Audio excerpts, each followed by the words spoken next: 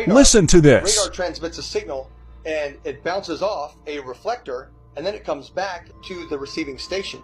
Or it can go to other stations if they're set up in the network properly.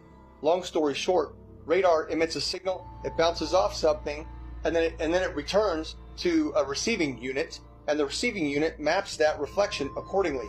If there is no reflector, then there's no return signal, and then the object does not show up on the radar. For example, it's off the screen.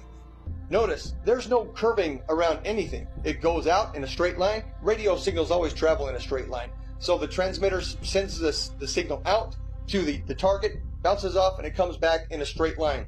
Radar cannot travel over the curve, and hence, radar is dependent on line of sight, direct beam from the transmission to the target.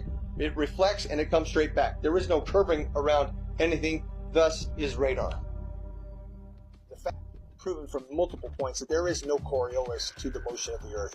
And I'm speaking from a pilot's perspective, also an engineer's perspective, because I obtained a degree as an engineer before I went to flight school. So I'm both a pilot and engineer at once.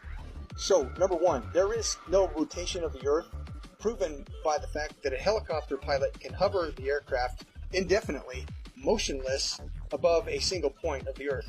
If the Earth were spinning, as soon as that aircraft left the ground, the Earth would spin out from under it. Now, somebody may say that the air of the atmosphere rotates along with the Earth, which is one of the most absurd concepts imaginable, because if that were the case, then all wind would travel with the Earth. There would be no alternating wind currents. When we know that the jet streams fly overhead, clouds move in multiple directions overhead, and a kite flying over the stationary Earth, the fact that a kite flies because of wind passing through, that proves that the Earth does not. That proves that the air does not move in unison with the Earth.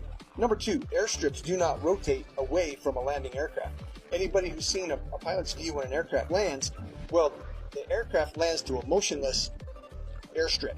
If the Earth were rotating, the pilot would have to turn to the angle at which the airstrip is rotating away and land at the speed of the airstrip, which is absurd, simply absurd. Airstrips do not rotate away from the aircraft, and on an east to west landing strip, if the aircraft is landing to the west, the airstrips do not land moving towards the airplane. That's insanity. Okay, simply stated. I've done many of them personally. I've flown more than 1,070 hours in both helicopters and airplanes, and I will tell you factually that aircraft meet their checkpoints, they take off, they meet their checkpoints, and they land exactly as planned on a flat stationary map. No pilot, I say again, no pilot has ever accommodated for the rotation of the Earth when planning flights and takeoff to checkpoints along the way, and then landing. Pilots can plan so well that they can take off and land hundreds of miles away down to within 30 seconds of their planning, because the Earth simply does not rotate.